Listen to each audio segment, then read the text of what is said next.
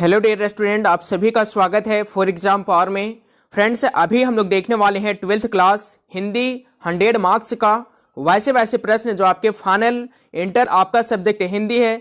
तो ये वीडियो जो है ना, ये वीडियो आप सभी के लिए, ठीक है। और आपको मैं एक चैलेंज देता हूं कि आप 15 प्रश्न का भी उत्तर नहीं दे पाओगे कमेंट बॉक्स में, ठीक है। तो जिनको जिनको दम है तो आप दे करके आंसर बताइएगा, ठीक है। इसमें आपको टोटल 35 प्रश्न बताए जाएंगे और आपको जो है ना 15 प्रश्न का उत्तर दे करके बताना है 35 प्रश्न में से, ठीक है। तो देखते हैं किनको किनको पता है। और आपका फाइनल एग्जाम में यहाँ से कम 10 प्रश्न पक्का पूछा जाएगा।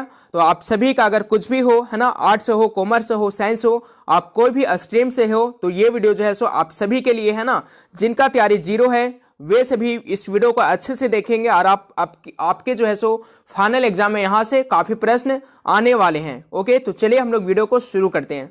क्वेश्चन नंबर पहला है, बाल कृष्ण भट्ट का जन्म कब हुआ था, ठीक है। 4 ऑप्शन दिया गया है। 23 जून 1844 ईस्वी को, है ना। ऑप्शन नंबर बी है 23 जून 1844 ईस्वी को। ऑप्शन नंबर यहाँ पे 84 है, यहाँ पे 44 है। ऑप्शन नंबर सी है 20 जुलाई 1902 को। और ऑप्शन नंबर डी है 18 सितंबर 1834 ईस्वी को। तो कब हुआ था बाल कृष्ण भट्ट का जन्म? तो आप सभी को करेक्ट करना है बिल्कुल। ऑप्शन नंबर कौन सा? तो बी वाले को राइट करोगे, 23 जून 1844 ईस्वी को, ठीक है।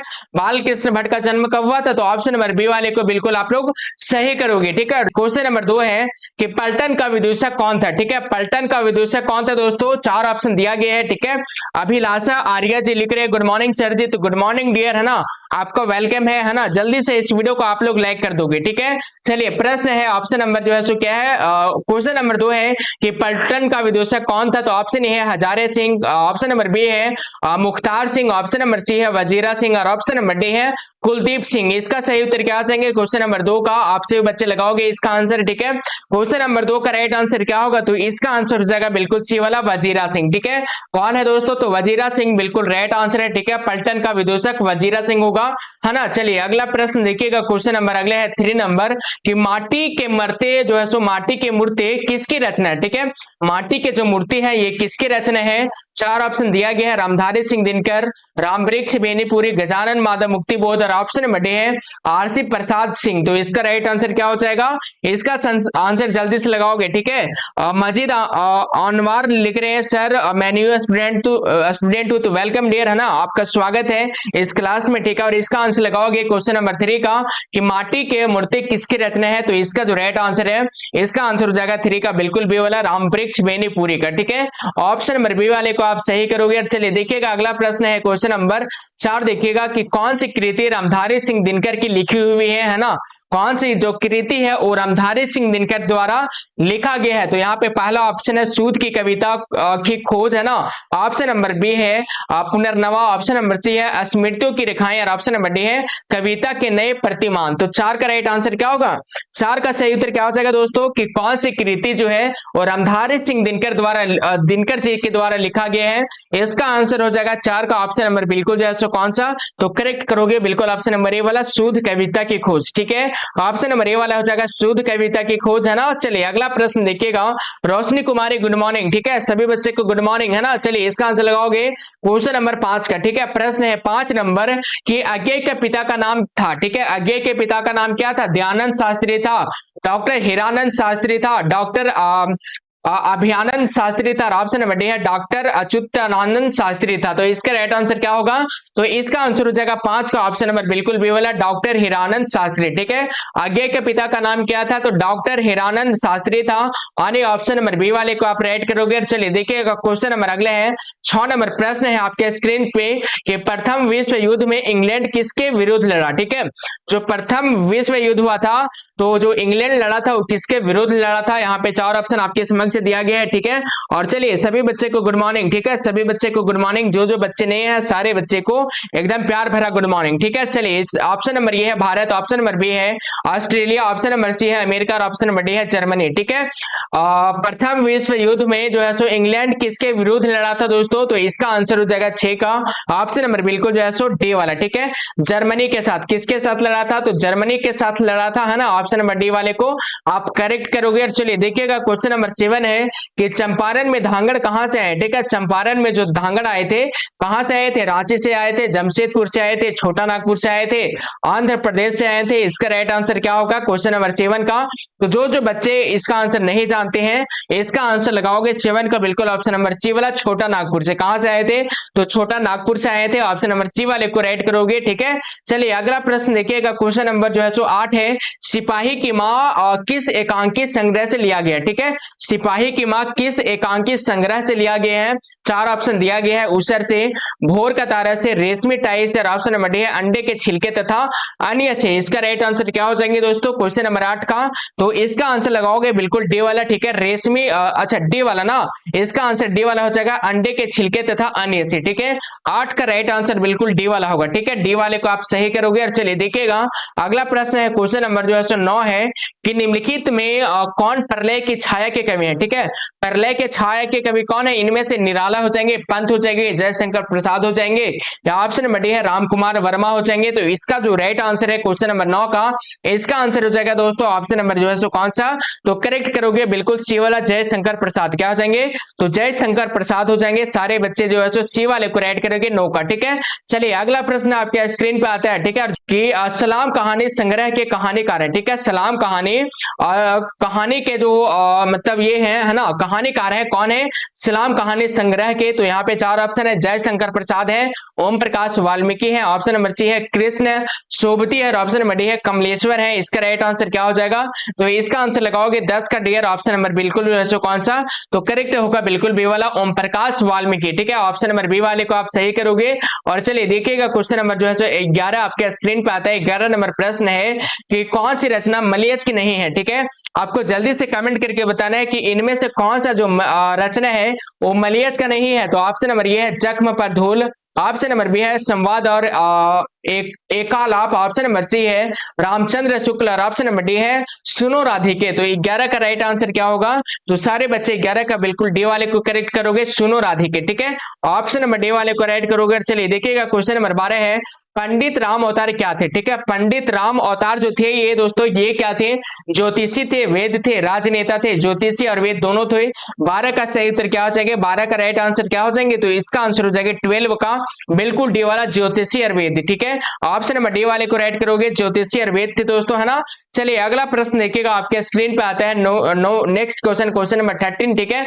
प्रश्न है 13 नंबर कि जय कृष्ण मूर्ति का जन्म कब हुआ था, ठीक है। जय कृष्ण मूर्ति का जन्म कब हुआ था दोस्तों, 4 ऑप्शन आपके समक्ष आ गया है, ठीक है। और इसका आंसर आप सभी को बढ़िया से छाप देना है, ठीक है, कि जय कृष्ण मूर्ति का जो जन्म हुआ था कब हुआ था, ठीक है।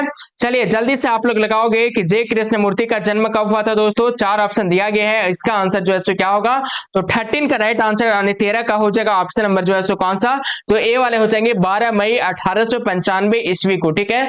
ऑप्शन नंबर ए वाले को राइट करोगे, ठीक है। चलिए अगला प्रश्न देखिएगा, क्वेश्चन नंबर 14 है कि पद्मावत के रचनाकार है, ठीक है। पद्मावत के रचनाकार कौन है दोस्तों, यहाँ पे 4 ऑप्शन है, जयसिंह है, सूरदास है, कालिदास है, दिनकर जी है। तो 14 का सही उत्तर क्या होगा, इसका आंसर हो जाएगा 14 का बिल्कुल ऑप्शन नंबर ए वाला, जयसिंह, ठीक है। पद्मावत के रचनाकार कौन है, तो जयसिंह है, आपको याद रखने हैं। चलिए क्वेश्चन नंबर देखिएगा 15 है कि सूरदास के गुरु का नाम क्या था, ठीक है। सूरदास के गुरु का नाम क्या था, नरहरिदास था, और विठलन दास था, है ना, विठलन नाथ था, ऑप्शन नंबर सी है बल्लभाचार्य था, ऑप्शन नंबर डी है आनंद दास था। तो इसका आंसर हो जाएंगे 15 का ऑप्शन नंबर बिल्कुल जो है सो कौन सा, तो सी वाले हो जाएंगे वल्लभाचार्य, ठीक है। सूरदास के गुरु का नाम क्या था, तो वल्लभाचार्य था, यानी ऑप्शन नंबर सी वाला बिल्कुल राइट आंसर है। और चलिए देखिएगा क्वेश्चन नंबर 16 है कि तुलसीदास का मूल नाम क्या था, ठीक है। तुलसीदास का मूल नाम क्या था दोस्तों, 4 ऑप्शन दिया गया है, ठीक है। बम भोला, राम भोला, हरि भोला, और ऑप्शन डी है इनमें से कोई नहीं। तो 16 का सही उत्तर क्या हो जाएंगे, तो इसका आंसर हो जाएंगे 16 का बिल्कुल बी वाला, राम भोला। क्या हो जाएंगे, तो राम भोला हो जाएंगे, है ना। ऑप्शन नंबर बी वाले को आप करेक्ट करोगे 16 का, ठीक है। चलिए अगला प्रश्न देखिएगा, क्वेश्चन नंबर 17 है कि भक्तमाल के रचयिता कौन है, ठीक है। भक्तमाल के रचयिता कौन है दोस्तों, कबीरदास है, गुरु नानक है, रैदास है, और ऑप्शन नंबर डी है नाभादास है। इसका राइट आंसर क्या होगा, 17 का, ठीक है। 17 का लगाओगे सही उत्तर की जो है सो इसका आंसर क्या हो जाएंगे, 17 का, ठीक है। 4 ऑप्शन आपके समक्ष आ गए हैं और इसका आंसर एकदम बढ़िया से आप सभी को छाप देना है कि भक्तमाल के रचयिता कौन है। ठीक है, तो 17 का राइट आंसर बिल्कुल ऑप्शन नंबर डी वाले हो जाएंगे, नाभादास। क्या हो जाएंगे, तो नाभादास हो जाएंगे। ऑप्शन नंबर डी वाले को आप करेक्ट करोगे। ठीक है, चलिए अगला प्रश्न देखिएगा। अगला प्रश्न है 18 नंबर के, भूषण के पिता का नाम था। ठीक है, भूषण के पिता का नाम क्या था दोस्तों, तो यहाँ पे पहला ऑप्शन देखिए रत्नाकर त्रिपाठी है, ऑप्शन नंबर बी है, और नंदन त्रिपाठी है, ऑप्शन नंबर सी है, भूगुल नंदन त्रिपाठी है, और ऑप्शन नंबर डी है शत्रुघ्न त्रिपाठी है। इसका करेक्ट आंसर 18 का हो जाएगा बिल्कुल कौन सा, तो आप सभी राइट करोगे। 18 का राइट आंसर बिल्कुल ऑप्शन नंबर कौन सा होगा, तो 18 का राइट आंसर बिल्कुल ऑप्शन नंबर ए वाला हो जाएगा, रत्नाकर त्रिपाठी। ठीक है, ऑप्शन नंबर ए वाले को आप सही करोगे। और चलिए देखिएगा क्वेश्चन नंबर अगले हैं 19 नंबर कि जयशंकर प्रसाद किस वाद के कवि हैं। ठीक है, जयशंकर जो प्रसाद है ये कौन से वाद के कवि हो जाएंगे, चार ऑप्शन आपके समक्ष दिया गया है। ठीक है, और राकेश बिहारी जी जो है सो ऑप्शन नंबर ए लगा रहे हैं 18 का। ठीक है, सारे बच्चे लगाइए। ठीक है, सारे बच्चे लगाइए क्वेश्चन नंबर 19 का राइट आंसर। ठीक है, जयशंकर प्रसाद की जो है सो कौन से वाद से ये जो है सो कौन से वाद के कवि हैं, चार ऑप्शन में से इसका जो सही उत्तर है ना 19 का, इसका आंसर हो जाएगा 19 का बिल्कुल ऑप्शन नंबर ए वाला, छायावाद के। ठीक है, ऑप्शन नंबर ए वाले को राइट करोगे, छायावाद के कवि हैं दोस्तों, है ना। चलिए अगला प्रश्न देखिएगा, क्वेश्चन नंबर अगले है नेक्स्ट क्वेश्चन। प्रश्न है 20 नंबर की, बिखरे मोती क्या है। ठीक है, आपको बताना है जल्दी से कि बिखरे मोती क्या है दोस्तों। चार ऑप्शन दिया गया है। ठीक है, उपन्यास है, काव्य संकलन है, निबंध संकलन है, और ऑप्शन नंबर डी है कहानी संग्रह है। इसका राइट आंसर क्या होगा 20 का, तो इसका आंसर हो जाएगा 20 का दोस्तों, ऑप्शन नंबर डी वाला कहानी संग्रह। क्या हो जाएंगे, तो कहानी संग्रह हो जाएंगे, यानी ऑप्शन नंबर डी वाले को राइट करोगे। ओके, चलिए अगला प्रश्न देखिएगा, क्वेश्चन नंबर 21 आपके स्क्रीन पे है कि शमशेर बहादुर सिंह की पत्नी का नाम क्या था। ठीक है, शमशेर बहादुर सिंह के पत्नी का नाम क्या है, तो यहाँ पे चार ऑप्शन है, कर्म देवी, धर्म देवी, रीता देवी, और ऑप्शन नंबर डी है इनमें से कोई नहीं है, तो 21 का सही उत्तर क्या हो जाएंगे, तो इसका आंसर हो जाएगा बिल्कुल बी वाला, धर्म देवी। ठीक है, ऑप्शन नंबर बी वाले को राइट करोगे, धर्म देवी हो जाएगा। ठीक है, चलिए अगला प्रश्न देखिए, क्वेश्चन नंबर 22 है कि मुक्ति बोध की माँ का नाम क्या था। ठीक है, मुक्ति बोध का माँ का नाम क्या था दोस्तों, चार ऑप्शन दिया गया है। ठीक है, चार ऑप्शन, पहला ऑप्शन है Putli Bai, option number B है Parvati Bai, option number C है अंबिका बाई, और ऑप्शन नंबर डी है राधा बाई। इसका राइट आंसर क्या होगा 22 का, जो सारे बच्चे करेक्ट करोगे 22 का बिल्कुल बी वाला, पार्वती बाई। ठीक है, मुक्ति बोध की माँ का नाम क्या है, तो पार्वती बाई है, ऑप्शन नंबर बी वाले को सही करोगे। ठीक है, चलिए अगला प्रश्न देखिएगा, क्वेश्चन नंबर 23 है, आशीर्वाद का संधि विच्छेद करें। ठीक है, आशीर्वाद का संधि विच्छेद क्या हो जाएगा, चार ऑप्शन दिया गया है, आशीर जोड़वाद होगा। ठीक है, आशी जोड़वाद होगा, आशीरी जोड़वाद होगा, और ऑप्शन नंबर डी है इनमें से कोई नहीं, तो 23 का सही उत्तर क्या होगा, इसका आंसर हो जाएगा 23 का बिल्कुल ऑप्शन नंबर बी वाला, आशी जोड़वाद। ठीक है, यानी ऑप्शन नंबर बी वाले को आप सही करोगे। ठीक है, चलिए अगला प्रश्न देखिएगा, क्वेश्चन नंबर अगले है 24 नंबर कि नायक किस संधि का उदाहरण है। ठीक है, नायक जो है ये कौन से संधि का उदाहरण हो जाएंगे दोस्तों, चार ऑप्शन दिया गया है। ठीक है, चार ऑप्शन में से पहला ऑप्शन है दीर्घ संधि, ऑप्शन बी है गुण संधि, ऑप्शन सी है वृद्धि संधि, और ऑप्शन नंबर डी है अयादी संधि। तो 24 का सही उत्तर ऑप्शन नंबर हो जाएगा डियर बिल्कुल जो है सो कौन सा, तो डी वाला हो जाएंगे अयादी संधि। क्या हो जाएंगे, अयादी संधि बिल्कुल राइट आंसर है। ठीक है, चलिए क्वेश्चन नंबर देखिएगा 25 है कि सदैव किस संधि का उदाहरण है। ठीक है, सदैव जो है ये कौन से संधि का उदाहरण है दोस्तों, वृद्धि संधि, पंच संधि, अयादी संधि, गुण संधि। तो इसका आंसर हो जाएगा 25 का ऑप्शन नंबर बिल्कुल जो है सो 25 का ए वाला हो जाएगा, विरिधि संधि। क्या हो जाएंगे, तो विरिधि संधि हो जाएंगे, ऑप्शन नंबर ए वाला। ठीक है, चलिए अगला प्रश्न देखिएगा 26 नंबर। ठीक है, प्रश्न है अमति का संधि विच्छेद क्या होगा। ठीक है, अमति का संधि विच्छेद आप लोग लगाओगे कि क्या हो जाएंगे, इसका राइट आंसर। ठीक है, अमति का जो संधि विच्छेद है ना, इसका राइट आंसर हो जाएंगे खुशनुमा बनाओ जी लिख रहे हैं गुड मॉर्निंग सर, तो गुड मॉर्निंग डियर, है ना। चलिए 26 का राइट आंसर हो जाएगा 26 का बिल्कुल ऑप्शन नंबर डी वाले, सम जोड़ मति। ठीक है, अमति का संधि विच्छेद हो जाएगा डी वाला, सम जोड़ मति होगा, है ना, डी वाले को आप लोग करेक्ट करोगे। ओके, इसका आंसर लगाओगे 10 है आवन, जिसके अर्थात दशानंद में कौन सा समास है, बहुब्रीहि होगा, अव्ययी भाव होगा, द्विगु होगा, और ऑप्शन नंबर डी है तत्पुरुष होगा। तो इसका जो राइट आंसर है, इसका आंसर हो जाएगा दोस्तों क्वेश्चन नंबर जो है सो 27 का बिल्कुल जो है सो कौन सा, तो करेक्ट करोगे 27 का राइट आंसर ऑप्शन नंबर जो है सो ए वाला बहुब्रीहि। ठीक है, ऑप्शन नंबर ए वाले को राइट करोगे। क्वेश्चन नंबर 28 है कि गजानन शब्द किस समास का उदाहरण है। ठीक है, गजानन जो शब्द है ये कौन से समास का उदाहरण हो जाएंगे। ठीक है, कौन से समास का एग्जाम्पल होगा दोस्तों, बहुब्रीहि का होगा, अव्ययी भाव होगा, कर्मधारय होगा, और ऑप्शन नंबर डी है तत्पुरुष होगा। तो गजानन शब्द जो है सो समास है किसका, तो इसका आंसर सारे बच्चे करोगे बिल्कुल जो है सो। राकेश वीडियो एडिटर जी लिख रहे good morning sir, good morning dear, है ना, गुड मॉर्निंग आप सभी को, है ना। 28 का राइट आंसर बिल्कुल ऑप्शन नंबर ए वाला हो जाएगा, बहुब्रीहि समास। ठीक है, ऑप्शन नंबर ए वाले को राइट करोगे। चलिए देखिएगा क्वेश्चन नंबर अगले है नेक्स्ट क्वेश्चन है 29 नंबर के, चरण चरण कमल में प्रयुक्त जो है सो समास है। ठीक है, 29 नंबर प्रश्न है कि चरण कमल में प्रयुक्त समास कौन सा होगा, तो यहाँ पे 4 ऑप्शन दिया गया है। ठीक है, इसका जो करेक्ट आंसर है 29 का, इसका आंसर हो जाएगा 29 का 29 का बिल्कुल जो है सो कौन सा, तो करेक्ट करोगे सारे बच्चे बी वाला कर्मधारय, क्या हो जाएगा,